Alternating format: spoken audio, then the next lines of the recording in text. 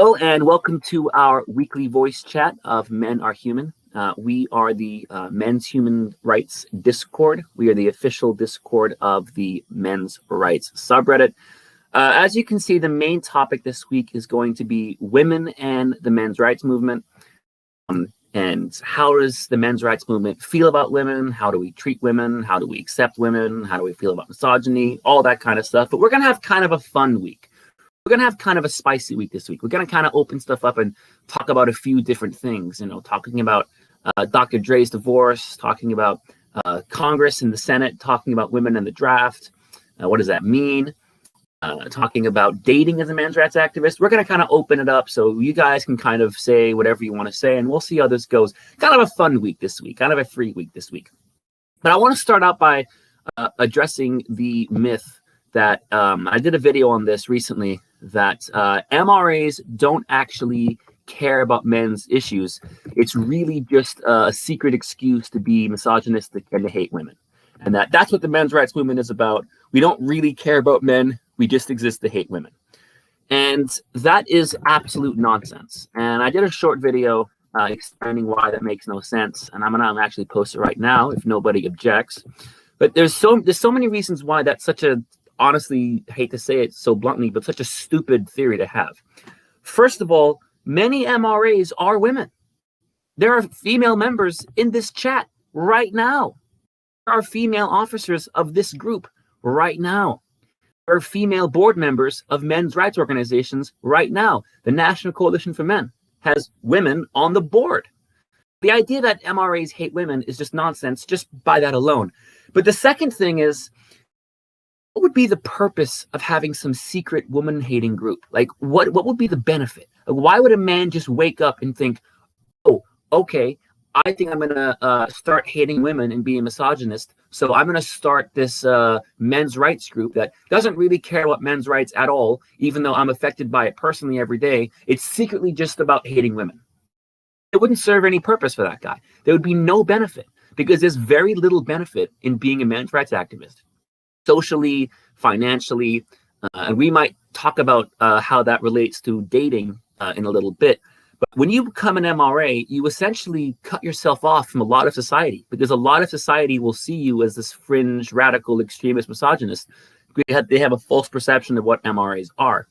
So it just doesn't make any sense whatsoever that someone would be an MRA just because they hate women. Now, if you're following the voice discussion, and people, when you watch this, please follow the voice discussion, because there's a lot of debate going on in the chat and the text, as well as speaking. Equality for All just made the point, yes, but you can't deny that some people do it, and that gives MRAs a bad name of hating on women alone.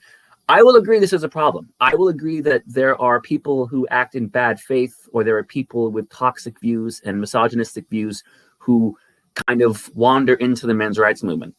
And I always feel that, especially the subreddit, does a very good job of talking to those people and trying to change their minds in a friendly rather than a hostile way. Because yes, there are people that get sucked into incels, and they get sucked into kind of misogynistic thoughts. They have bad experience because they had an abusive girlfriend, whatever the case may be. And, their minds kind of get twisted into this toxic mindset. But I always find that, and we get some people that come to the very Discord with that mindset. I always find it's better to talk to those people and try and reach them rather than just kick them out. No, you're no good. You're a sexist. You're a misogynist. Kind of reach why. So anyway, we got a lot to talk about. And, every week, Ma and I, we always encourage other people to speak. Speak as often as you like. There's a lot of people, so maybe if you want to get heard and not talk over people, kind of raise your hand, so to speak, in the voice discussion thing, or send me a PM, whatever. But it's a free-flowing conversation. Facts on Fire, I don't think I have seen you here before. Is this your first time in this group?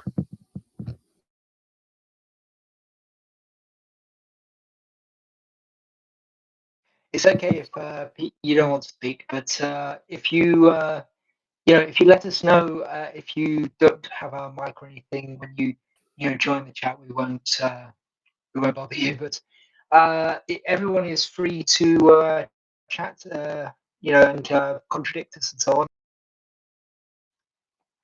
on. It's a very interesting topic because I think part of the problem is, as we've mentioned a few times before, people freely confuse us with pickup artists and incels and all those other different groups who really aren't even necessarily all men, but who they've conflated them through academic BS to basically say that the men's rights movement and pickup artists and incels and conspiracy theorists and the far right and white supremacists are all a single homogeneous group that they can then label the manosphere.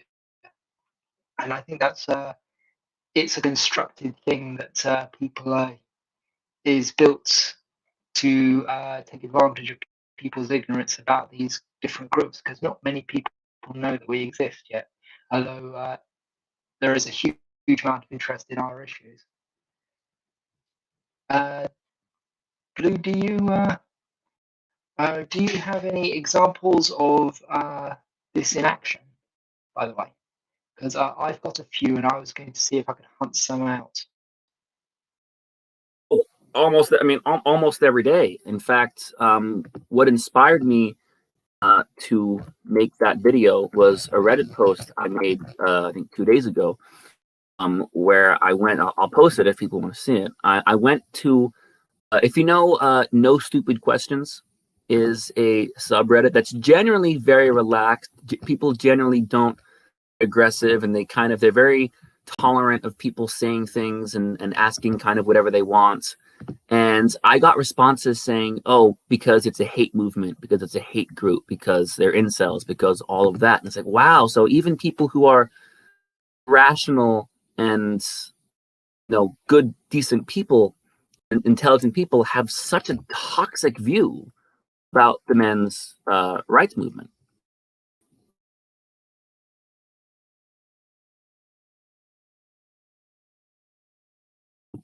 I finished speaking, Ma. Yeah, it is something that people do like to. Can I say something? Oh, please do.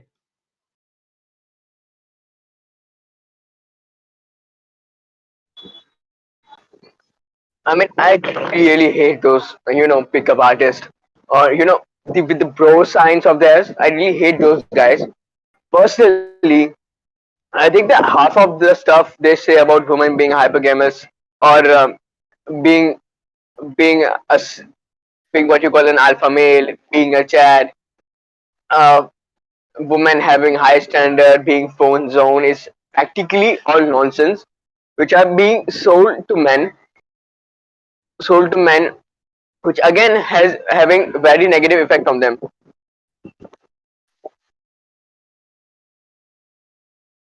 I mean, I honestly believe that there are some problems men face in the dating world, and in a relationship, like they they do not identify abuse, they stay in abusive relationship, they get screwed over multiple times, and also them being forced to be financial providers, them spending countless amount of money on someone that just gonna leave them the next day when his wallet is gonna get empty and all, and how men really go into unequal relationship or fail to see red flags and all. I think these are the necessary things that we should be teaching men. But these people, these with bro signs, are actually exploiting men. What do you guys think about that? I don't disagree that pickup artists are exploiting men.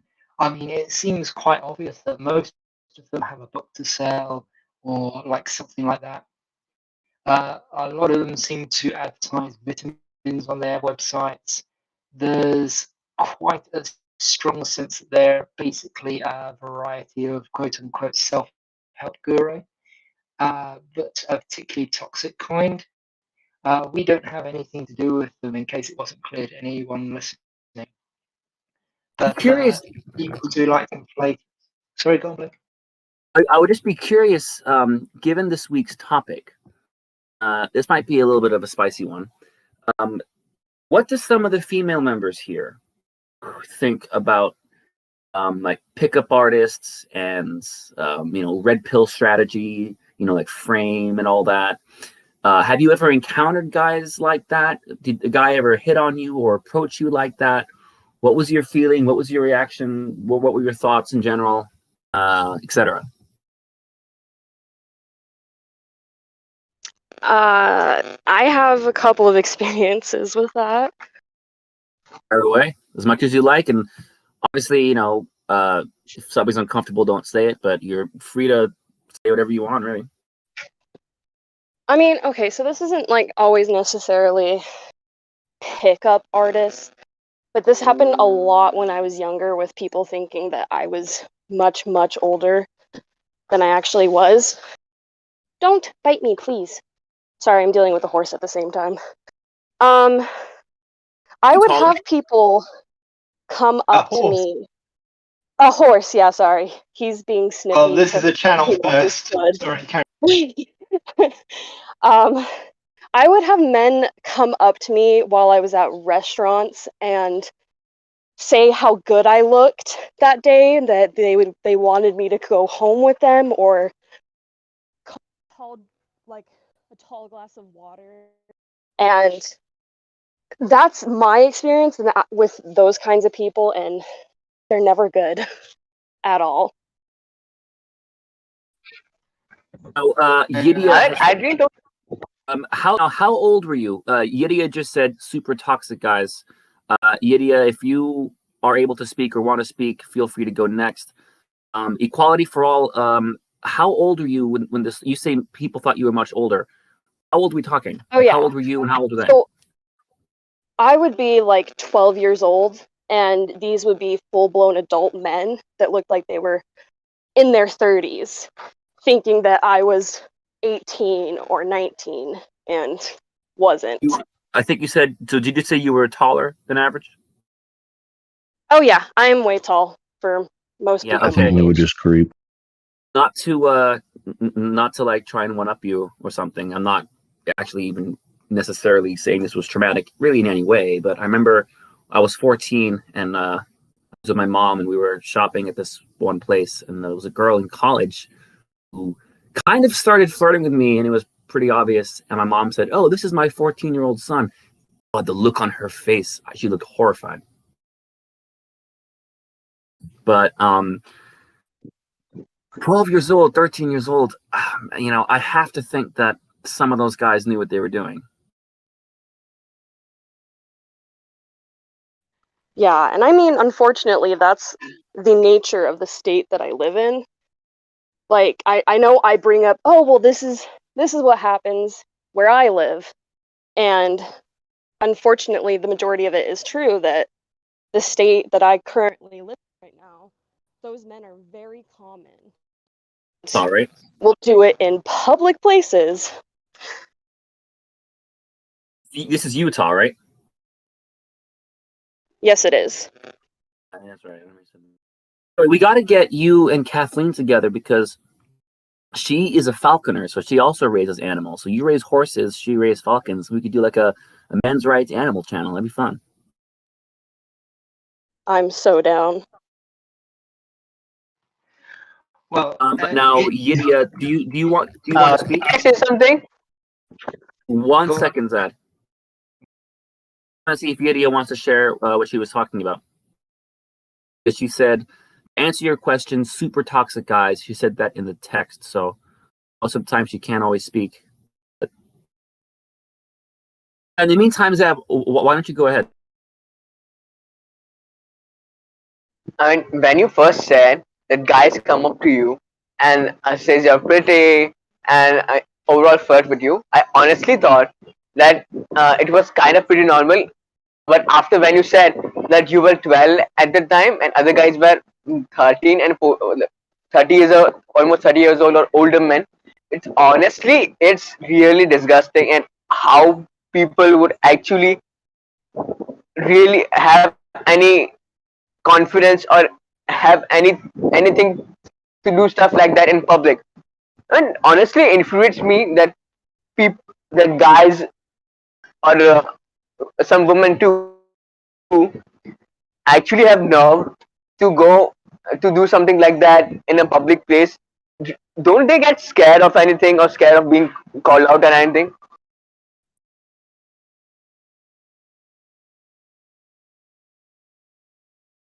Well, Facts on Fire just raised a great point in the voice discussion where they were asking, he was asking, I think it was directed to both equality and maybe also any of the female members who had these experiences. Why would you continue to support the men's rights movement even after having some negative experiences with men? Equality, if you want to take that, go. Sure. So personally, I've had true traumas in my past, and I know that I haven't always felt supported or even considered a victim or somebody who needs support. And, you know, even though I've met plenty of really horrible men that just do not know how to behave properly, I know that not all men are like that. And men who are mistreated the way that I've been mistreated throughout my life deserve just as much support, no matter what the men around them do. That's very And well you said. just literally, first of all, I'm sorry about your experiences. I have to say, it's unfortunately too common.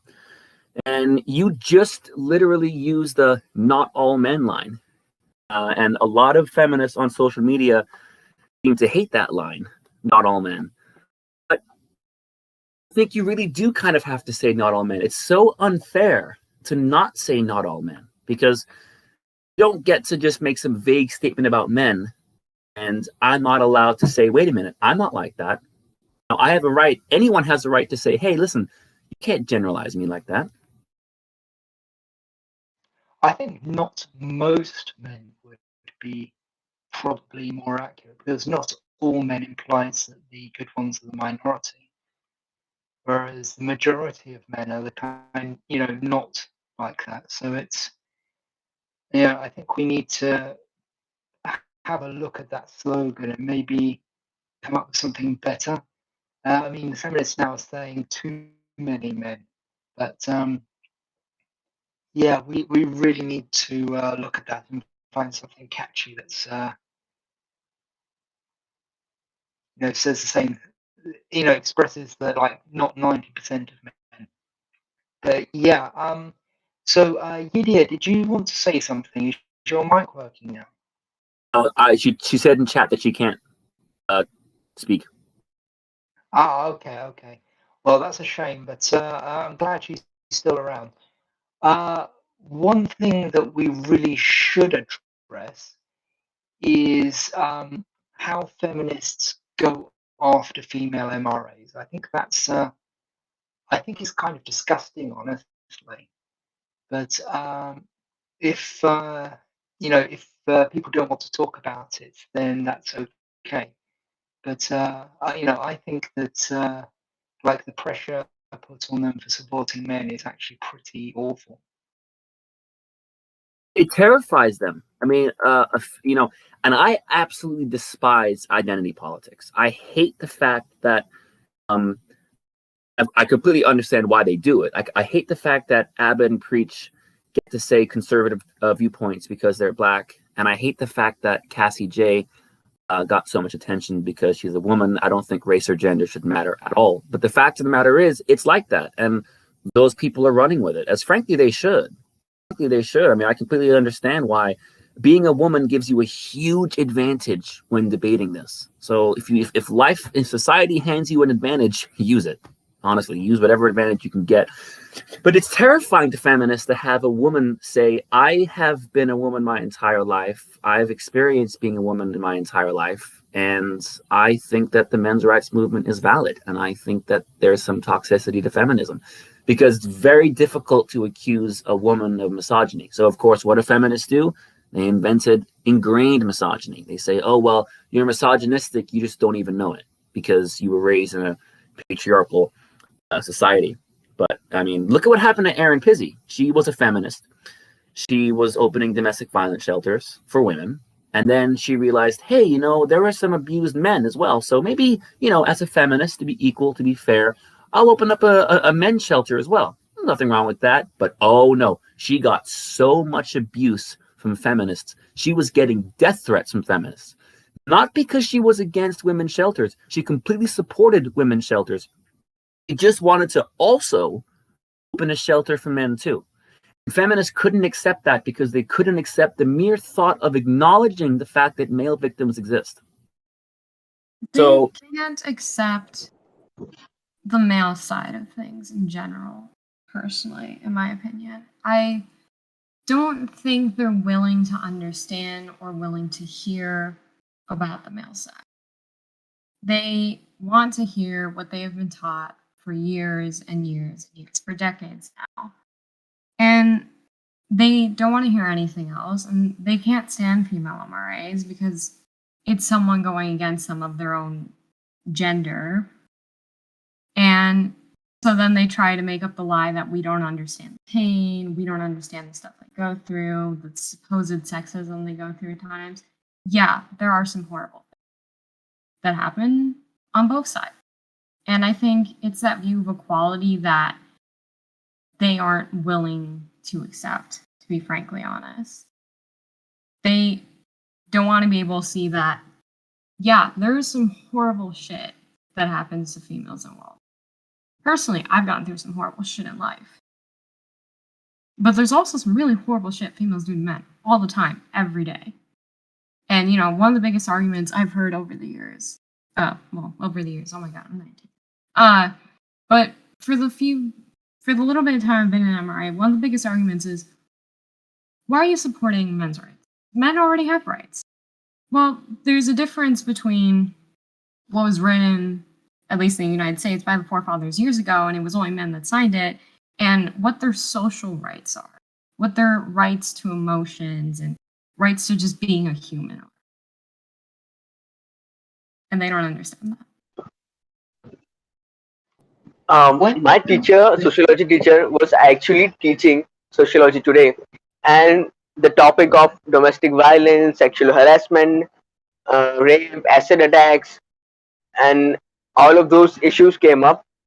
And I kid you not, on a whole freaking paragraph, there wasn't a single mention of men that men can also be a victim. Rather, it was mentioned specifically that those protection laws are not gender neutral. Only a man can be perpetrator and a woman can be a victim. It wasn't explicitly saying that that's true in all cases, but it was explicitly saying by the definition of law. And even if in the domestic violence definition, it was just the one-sided narrative of men being the perpetrator, women being the victim, and women's side issue, there wasn't a single mention of men also being the victim of domestic violence. That's crazy because married men in India commit three times more likely to commit suicide because of domestic abuse.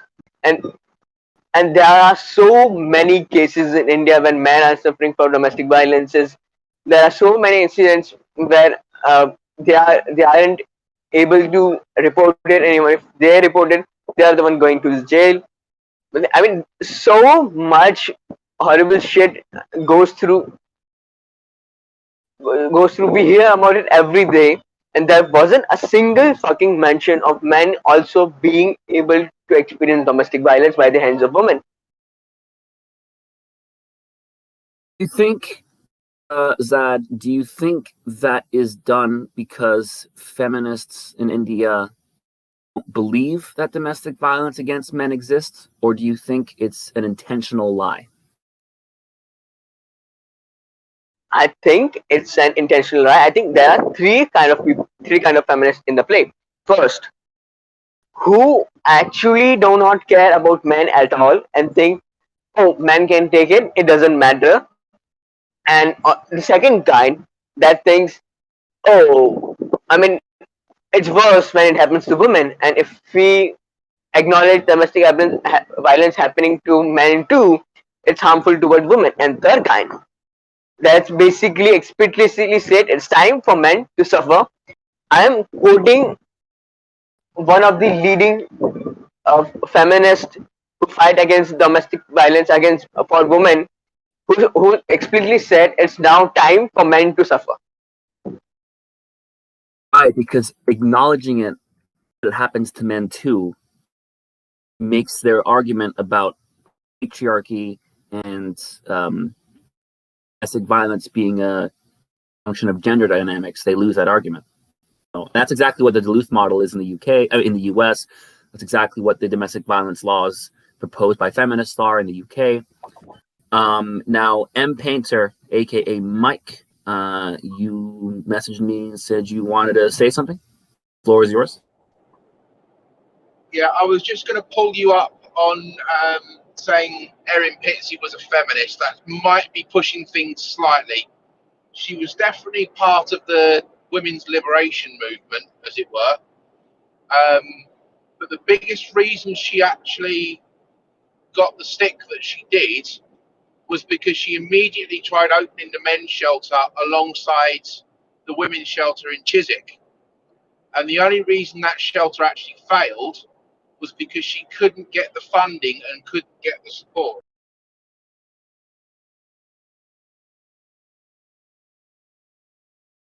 Interesting. I do think from what I've read, if you were to ask her in 1970, do you consider yourself a feminist? I think she would have said yes. I wouldn't like to say about that.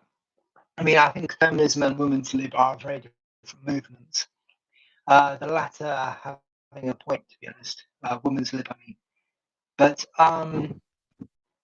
there is something people forget about the first women's shelter, which is that, as was alluded to, it was mostly funded by like wealthy men. So when Erin Pizzey went back to them for money for the men's shelter, none of them wanted to chip in on it. They didn't think it was necessary, maybe, or maybe they'd be embarrassed to fund it. But either way, there's this image of like the early feminists, doing bake sales and things like that for the shelter movement to fund the whole thing. In actual fact, they've had like a surplus of donors since the very beginning, though they probably have done bake sales as well to fund various things. A bake sale doesn't really raise a whole lot of money. So we have to get past their version of history and work out what exactly went on back then to just to basically break their hold on the industry bit by bit, because it is an industry and it is something that makes a lot of money for people right now. Somebody's got their mic live, by the way. I think what it is, and this is something that one day the men's rights movement is going to have to worry about. As soon as a movement starts becoming politically and socially powerful, and Makima, by the way, thank you for joining us. I think you're a first timer here. As soon as a group becomes politically and socially powerful, it will attract malicious and disingenuous people who want to manipulate it for their own social and political gain. Right now, that doesn't happen to the men's rights movement because we don't have any social or political power yet. I think we're on the cusp of breaking through, but there's really not a whole lot of money to be made in the men's rights movement. When that changes, and that will change in the next 5 to 10 years, in my opinion, I absolutely think by the end of this decade, the men's rights movement will be a large mainstream political ideology. There will be the grifters who will come out of the woodwork. And I think in feminism, that's what happened. You had a lot of women who are decent people who are fair-minded people who want equality, but then you have those political-minded parasites who see an opportunity to take over. And I think that's why feminism is so toxic now. People like Feminist Next Door, aka MRAS, we've talked about her. People like Clementine Ford, who is a horrible human being, and I feel so sorry for her son. And I'm going to say that. People might not like that. I'm going to say it. Sorry, I'm going to say it. People like that who I don't think they actually give two hoots about feminism or women's rights. They only care so long as it benefits themselves. They see it as an opportunity to build a brand and to get famous on Twitter. That's what they've done. Yes, indeed. We have to, unlike feminism, shoot down these people. We have to be our own harshest critics when it comes to this sort of thing. We have to make sure that there is absolutely nobody who can take advantage of the movement, who can corrupt it, who can just damage it in any way, because it is so important that we not only maintain the goodness of the movement, but also maintain its image, because our image is incredibly fragile, as you may have gathered from just how many people are attacking it. So we have to be very careful that that isn't damaged either. But the most important thing is to keep the soul of the movement intact. It's to make sure that this movement continues to help men and to be open to women, and to not, end up doing what feminism did and turning into this insane ideology, or rather allowing this insane ideologues which were always there to take over the entire movement. Exactly right. And as the official server of the subreddit, and considering the subreddit is the largest MRA group in the world, we are kind of at the forefront of that. So by coming to these voice discussions, you are shaping the men's rights movement as we speak. I see we have some new people who have joined recently into this chat. Has anyone who has not spoken yet want to say anything?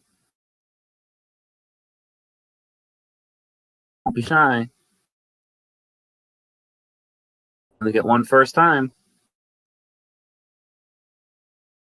If you want to speak, feel free to either say so in the voice discussion or send me or Ma or M a DM.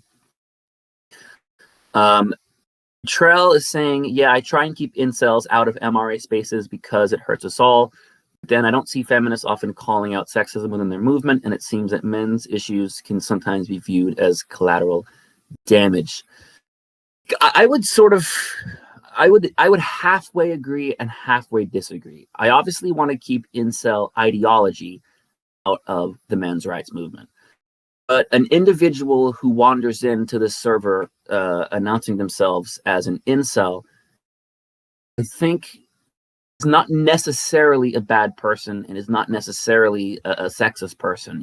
It's someone who's maybe just going through a difficult time.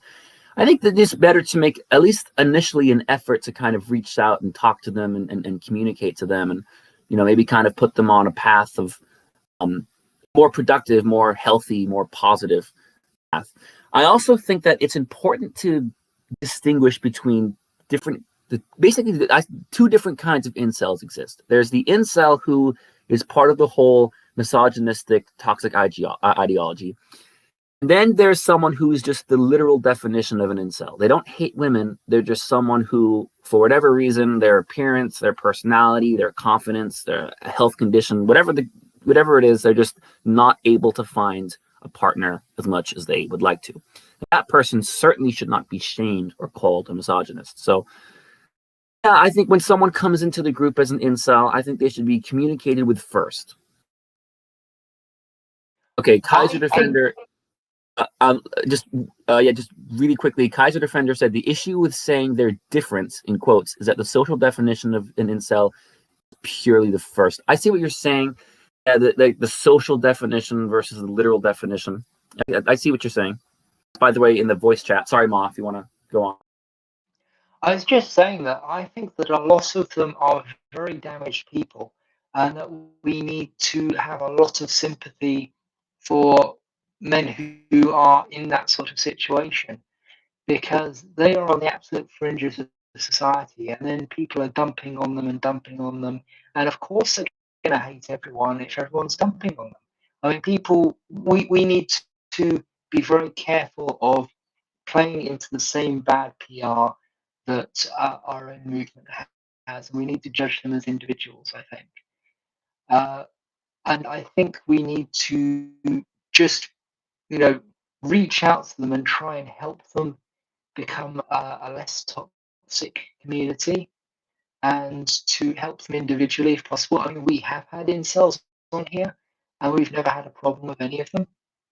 But at the same time, we do realize there are some very, very, very, very toxic incels, so we do need to be careful. But we've never met any here. But the thing I think that is really important is taking care not to just launch ourselves at them as if we were, white knighting for the feminists who basically run this anti-incel campaign. It's a dangerous thing to do. Is like just assume that they're like this when a lot of them are disabled, a lot of them are rape victims, a lot of them are severely abused, and a huge number of them are suicidal. They have a running tally of incels who've committed suicide on one of their major forums. So yeah, I mean, maybe we should consider solving the incel problem to be one of our issues without actually following their ideology to solve it. Sorry if that's a bit rambling. Can I say something now? Go on. Please. So I agree that incel ideology needs to go, and we should tackle it as much as possible as it's really toxic. But I would just want to say that the feminist narrative that's really mainstream, like it's in a high schooler's textbook, which is gonna stay in people's mind for a really long time unless it's being challenged. As you can see, I think there are so many male victims of domestic violence, and the textbook only focused on make it seem like women are the only victims of domestic violence, and even if men are the victim of domestic violence, it must be rare, or it must be not as bad as women being the victim of domestic violence, which is completely untrue. I think there should be initiative to make more people aware of these issues as much as possible.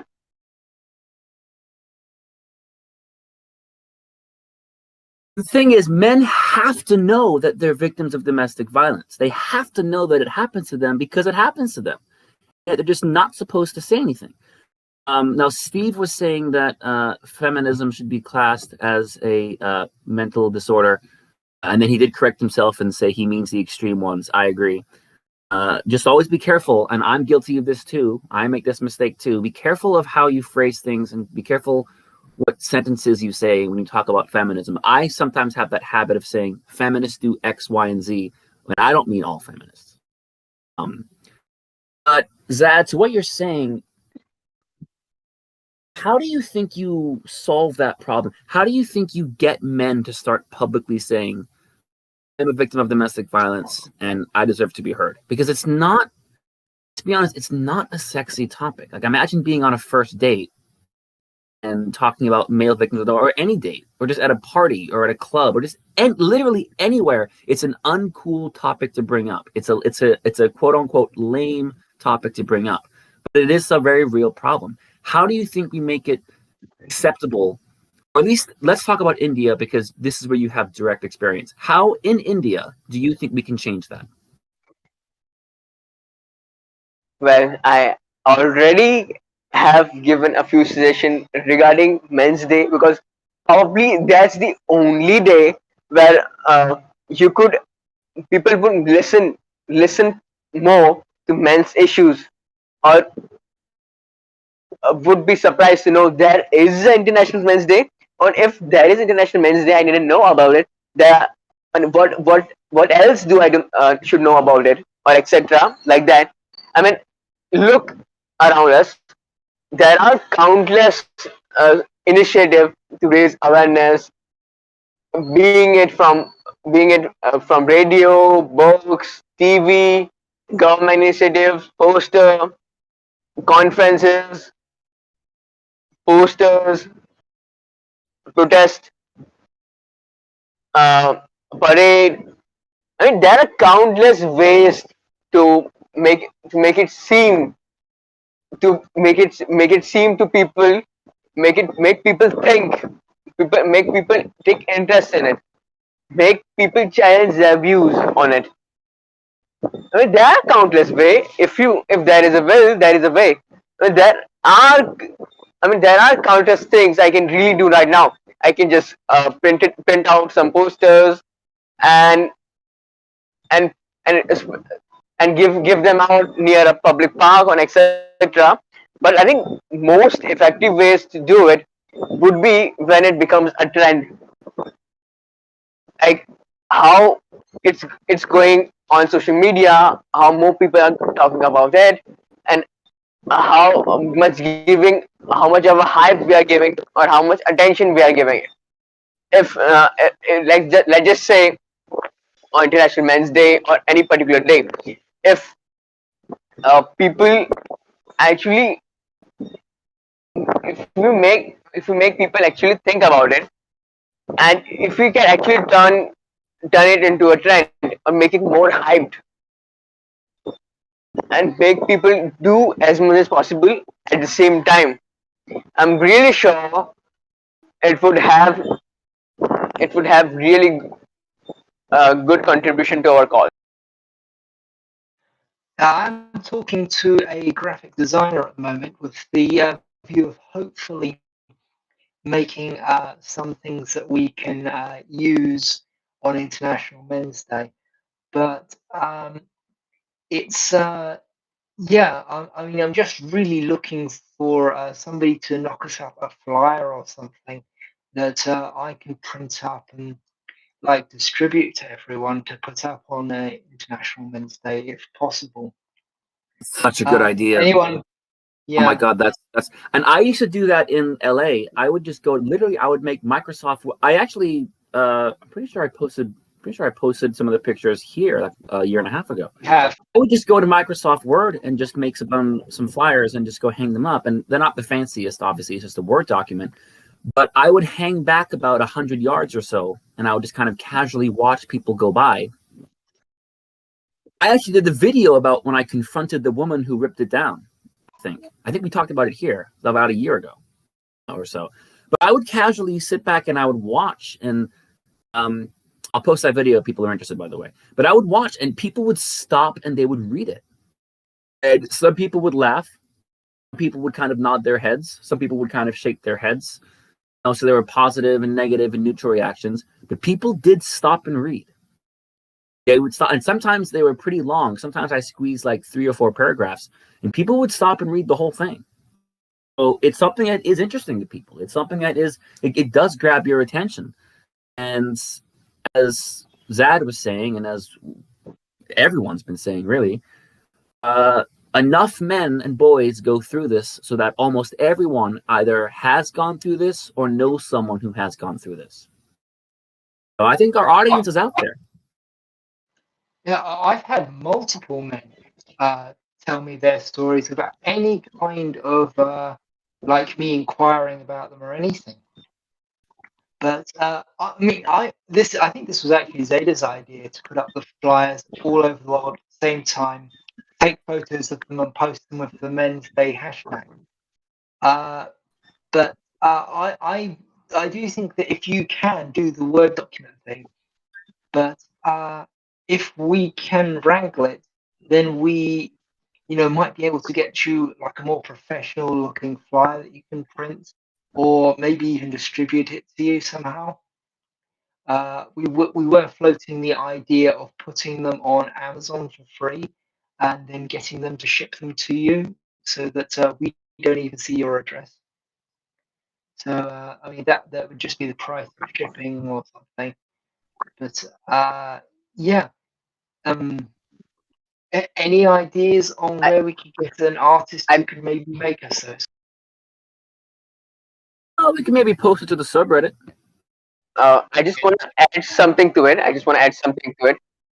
I probably think that this upcoming Men's Day is gonna be the biggest Men's Day ever, because I have seen few organizations actually planning something similar to us.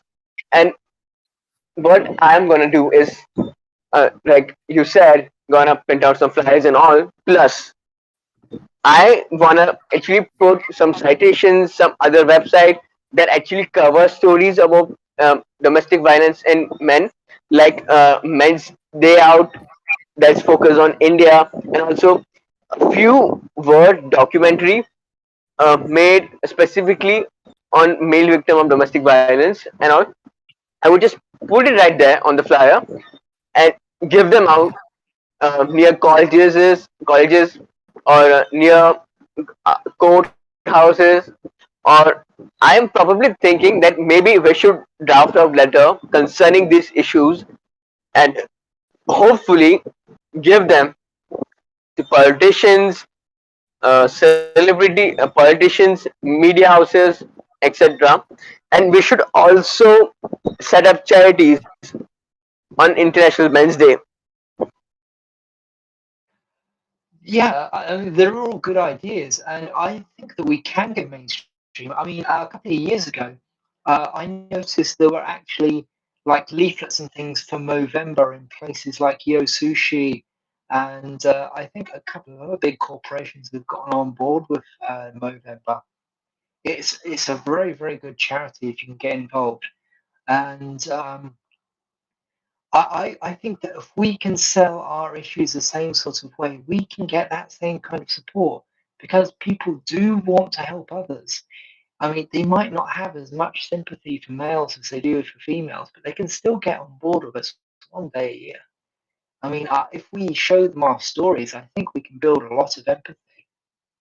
And I mean, that's what our website's really about, is showing people that our stories, just so that people can understand, and if they can relate to it, then even better. But if anyone does have any more stories for the site, by the way, please let me know by DM. I mean, I have a story. I have quite a few stories. I will just get started with something that happened to a distant uncle of mine. The story was told to me by my mother very recently. It's kind of like a family secret that I was let on. I mean, he was kind of a distant uncle, but his story was quite interesting. So when he was young, maybe 20-ish or something, getting age to get married. So here, as you know, most of the people get arranged marriage. So uh, his marriage was fixed, and both sides of family are both excited, because the woman's side of the family was also well off, and my uncle's side of the family was also well off. So the girl didn't mind by then, but when she got married and saw that uh, uh, the big brother of the distant uncle was actually the rich one, and his little brother, the whom she had married, worked under him and didn't have that much money. Uh, so what she did was, she was very verbally abusive towards him, and went back to her parents and demanded that the big brother of my distant uncle, the big uncle, give some part of his family to her, and give some part of her family to her, like a few shops, a few properties in her name. I mean, basically he refused. So what happened was, it it went along with a few lines. Was she was threatening him with divorce and all. So what my uncle did was basically illegal, but he actually married another girl, but they weren't really divorced at that time. But but he married another girl who was kind of from a poor background, and it actually happened overnight. Even some of the close family members didn't know that he actually got married, and the woman's side of the family was actually ashamed of such thing. So they finally got divorced. The wife, the ex-wife, finally agreed to the divorce, and and she later married an NRI, non-resident Indian, and went abroad.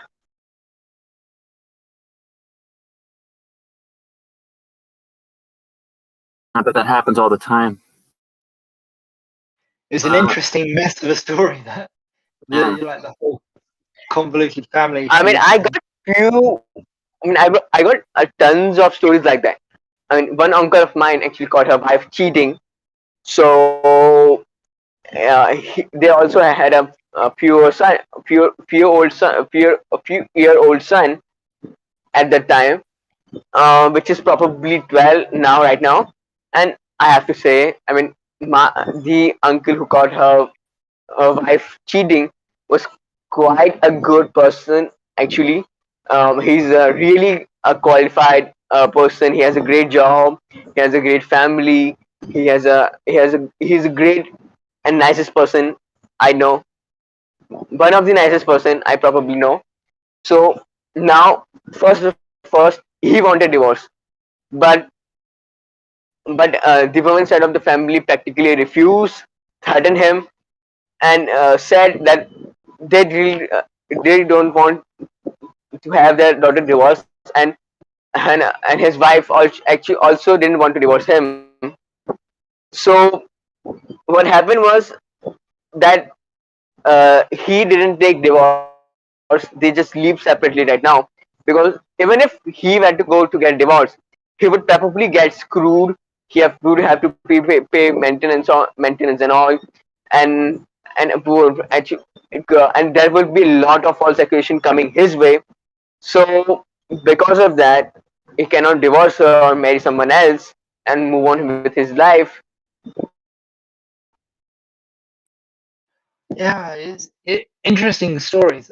Does anyone else have any stories related to men's rights that they might like to share today?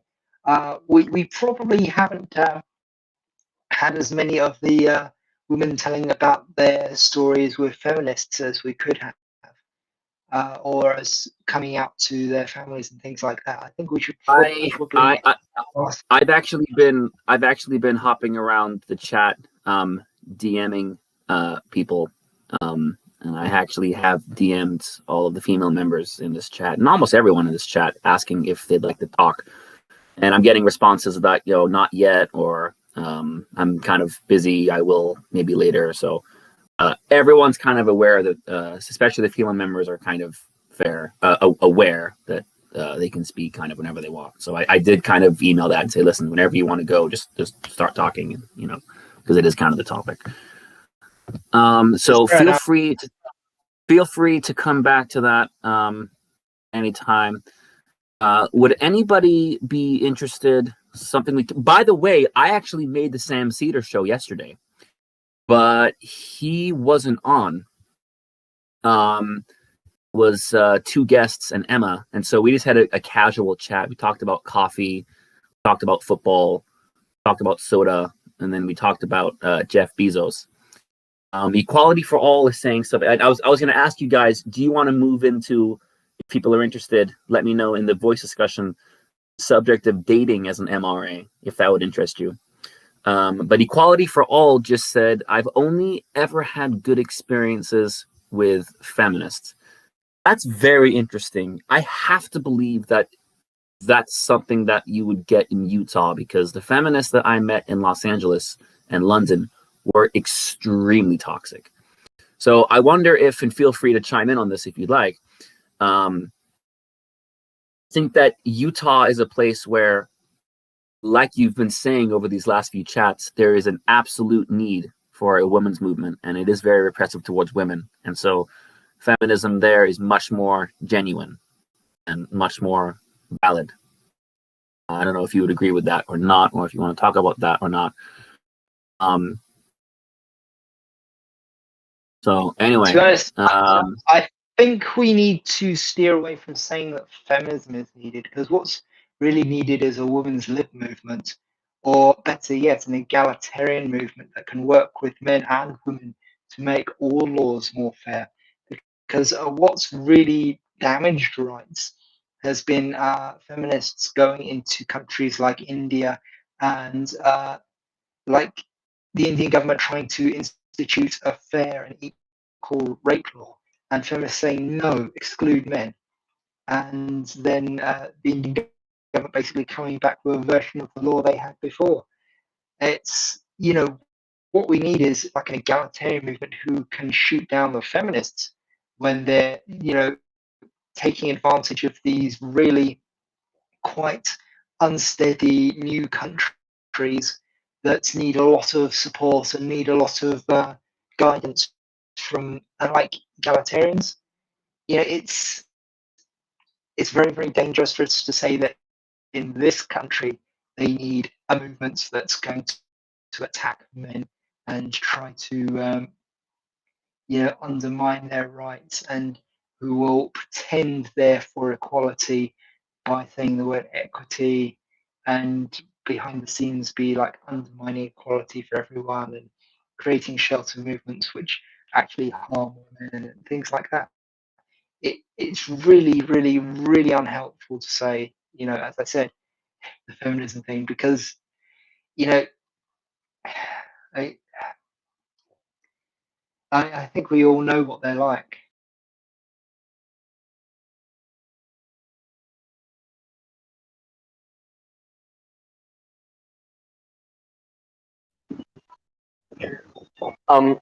Like actually, I want to say that people really, or as I say, feminists really don't give as much as importance or think that men's problem, the exact same problem that women might face, men's problem is of less importance or is less damaging than the woman facing it.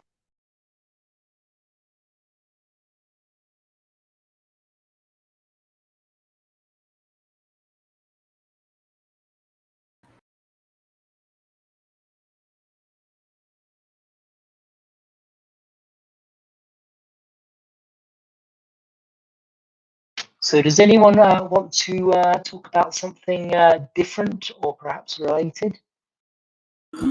Yes, very quickly. I think Hello. Hello. I think one of the big issues with a lot of politics today is how gendered a lot of it is. There is a very stark divide between like men's rights and women's rights, and there's a lot of talk about the men versus the women, male rights, female rights, all these problems, and I feel like that's a big issue because, like as you said, we need egalitarians, but we don't need egalitarians to just go after like the more extreme parts of feminism, trying to put women before men when it comes to getting new rights. We need to try to push for both in tandem,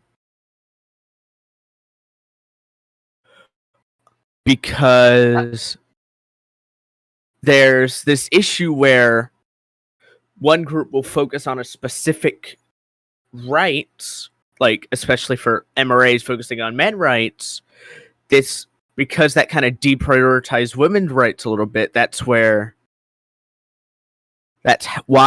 MRAs are definitely seen as a very pro-male and at times anti-female movement, the same way feminism is seen as a pro-female, anti-male movement, because their focus is female rights.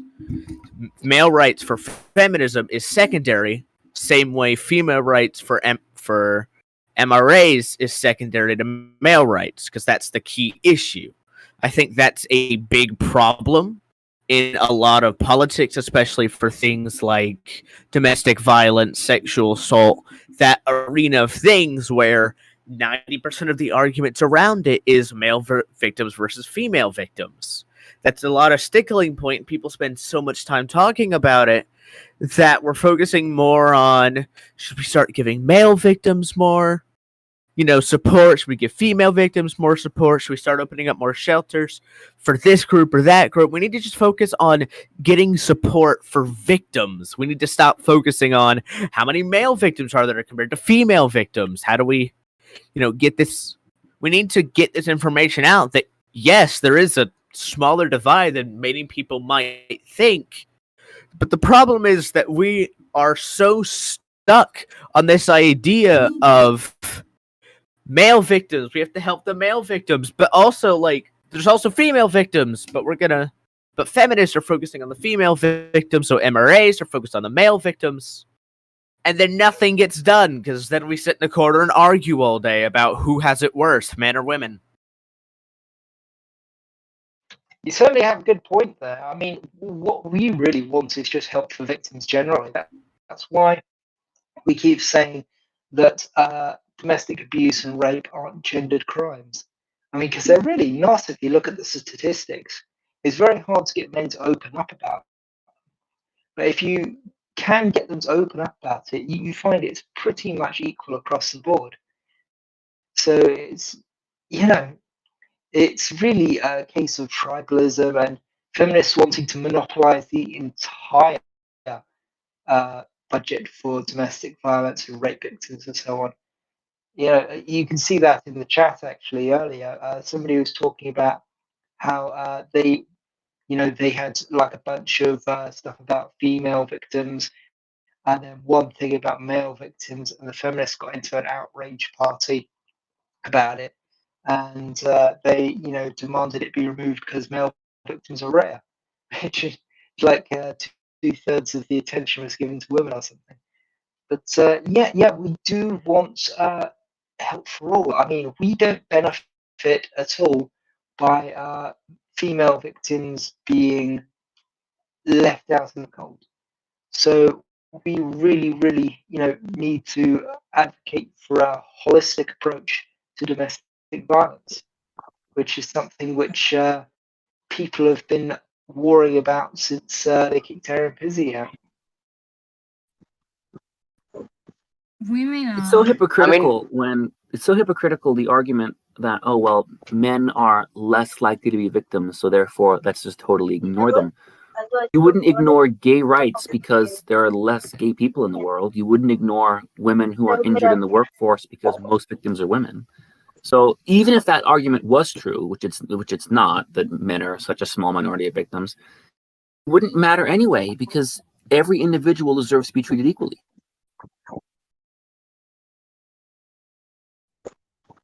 Did you guys read the post?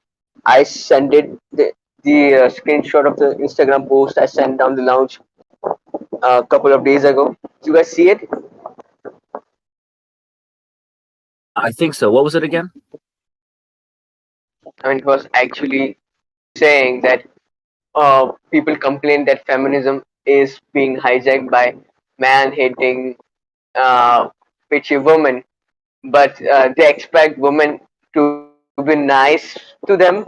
So they're basically having the audacity to complain that men are getting offended when feminists are being misandrous to them. I mean, what kind of mental gymnastics they play? I really don't have any kind of idea. But I really don't get how do they get.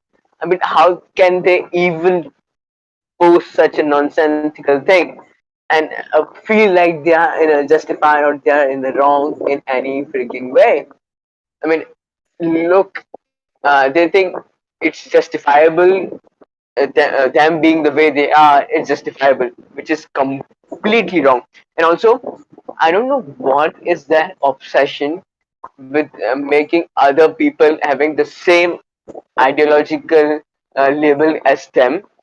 Like one said, even if you do not agree with feminist ideology, you should still be a feminist, because because otherwise you can't be any help with equality. And if you're not feminist, you're a misogynist, like such a nonsense like that, because like they have the copyright for equality, and they think they are in completely right and we are in the completely wrong.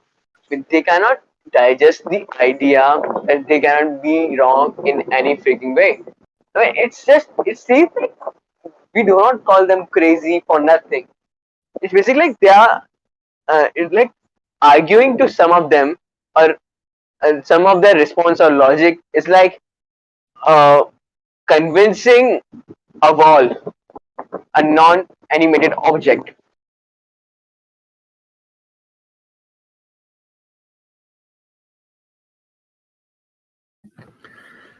I feel Yeah, like it. I mean, when we do criticize feminists, there are some very toxic, hateful feminists out there. So while I do say you shouldn't generalize, that's true. There definitely are any feminist organizations who are extremely misogynistic and problematic. That's and then when people, to that point, when people say, "Well, we're just being reactionary," why wouldn't you react if your rights were being attacked?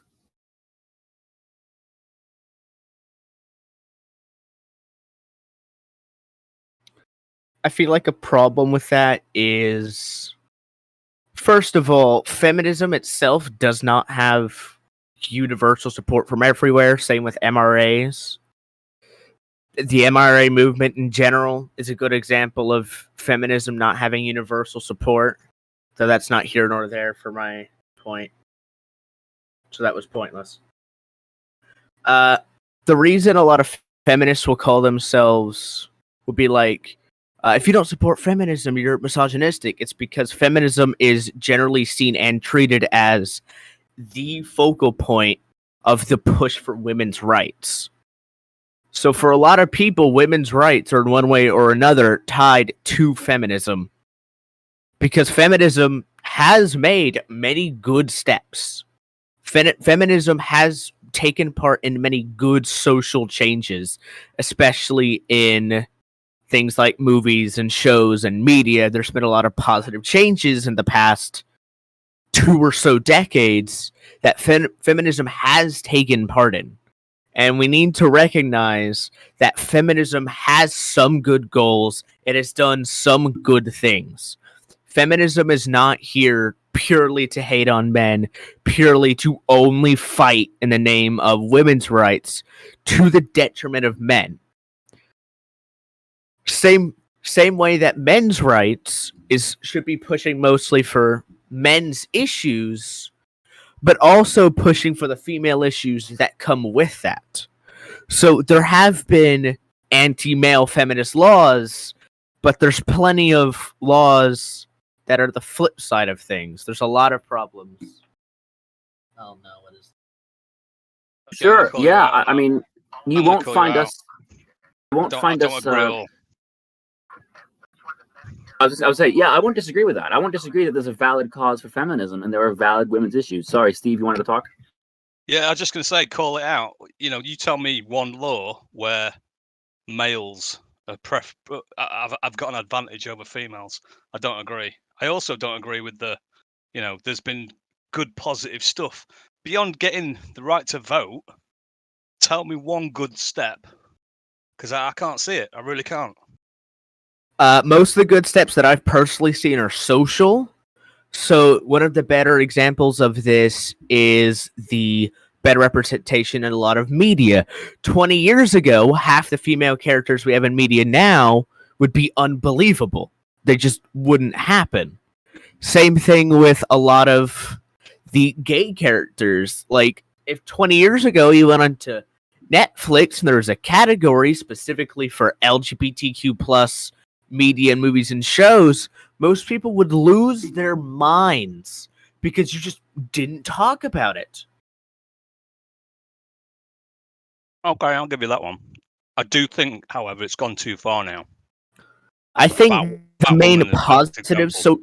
I think the main positive social impact of feminism, and a lot of its positive impact, has been social and cultural. There's been a rise. Feminism took part in that increased rise of social issues. There was a lot more focus on women's problems, the problems of minorities, and a lot of it came with coupled with other groups such as gay problems and a lot of other issues. And alongside that, and following close behind, male issues also started coming more into the limelight. There is a general increase in what people will acknowledge as social problems that now need to be addressed. 20 years ago, there was a lot of other issues that now you address commonplace. You talked about every day by everyday people. 20 years ago, that'd be unthinkable. I think. You think that right now the emergence of the men's rights, well, the men's rights movement has been around since the 70s, but I'll say the exponential growth in the last 2-3 years of the men's rights movement is that phenomenon you're saying manifesting itself. Like now the spotlight has moved. Now the men's rights movement is having its day in the light. Yes, especially after feminism started having a lot of success, making a lot of legal and social changes that were noticeable in everyday life, people kind of like turned to men's rights and was like, yo, there's some fucked up shit going on over there too. What's up with that? Why aren't we addressing that as well? We're addressing all these other issues. Let's pull these into the spotlight. And it's still definitely something that's going on. Like all social issues, it's still something some people are struggling with acknowledging, and men's rights is definitely further behind than a lot of other issues. But I think we can definitely. Right. No, I agree. Yeah. I'm not sure I agree that feminism has really had the impacts on like positive impact that people say, because I think a lot of that came down to basically just more female actors getting into Hollywood. But I mean, I do agree that there are some things that they've attacked which that should have been attacked. But I just disagree that they, as a movement, have overall done a lot more good than bad, because obviously they've been getting in the way of equal rape laws in multiple countries. They have they created the Duluth model. They created all kinds of things which basically attack men's rights. So really, we need to say, okay, they have done some good things, but really they would have done a lot more good if they had been an egalitarian movement. I think we need to look at, because Kaiser was talking about earlier, we don't benefit from being divided. You know, we benefit more from equality. It may not benefit all of us in this group currently, talking in this voice chat, the people in the middle, but to be darn sure, someone up at top, whether it be a highly paid politician or a celebrity with a lot of money, is benefiting from this. To be truthful, American politics today, the best way to get profit is division of people. Because then you go towards that group you just divided and you hype them up as much as possible. And they want to go and vote for you because you supposedly are going to take on everything they've ever asked for. And you make them believe that, you know, they're totally discriminating against her. And not to say there isn't discrimination.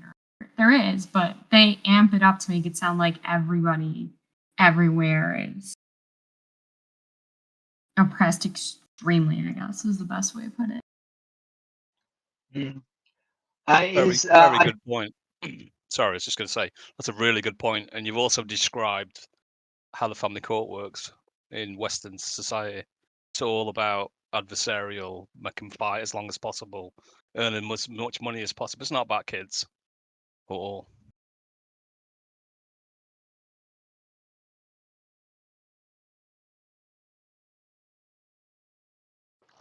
Yeah, talking about family court, there was an interesting article we had on the Discord just today, I think, which was, excuse me, sorry, which was about scientists asking why men aren't getting married. And I do think there is a little bit of truth in what they came up with, which is the idea that men have basically been caught up to by women in terms of resource generation quite a lot. So women are looking at men and wanting to find men who have much more resources than them, and then not being able to do it. They're finding men with equivalent resources or slightly more resources or even less resources than them. And that's hampering their chances to find a husband because, well, basically, as I said, women look for big earners. But I do think there's an awful lot more in there that they've overlooked that we should probably address. But I'll leave that to people who've been divorced in the chat, I think.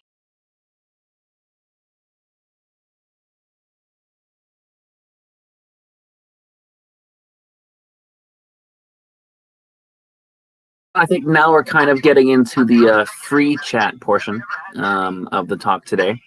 This is a really good conversation. We really are growing. If you haven't been following the voice discussion, the text channel, go back and read it because there have been a lot of good debates there. So I'm probably going to be going kind of somewhat soon. I'm actually on hold with Sam Cedar now because he's in the studio now. So I'd love to set up that actual debate. But yeah. So thanks for coming, everyone. Yeah, I'm happy to leave it here. I mean, it's been a good chat. We've gone on for an hour and a half, so no pressure to hang around. Well, I do think everyone's sort of packing up. So good night, everyone. And yeah, I'll see you all next week. It's been a very, very good chat. We've had so many people that they haven't fit all on my screen at once. So that's a wonderful thing to see. I hope you'll all be back next week. See you guys. Cool. See ya. Have a good day. Right, good night then.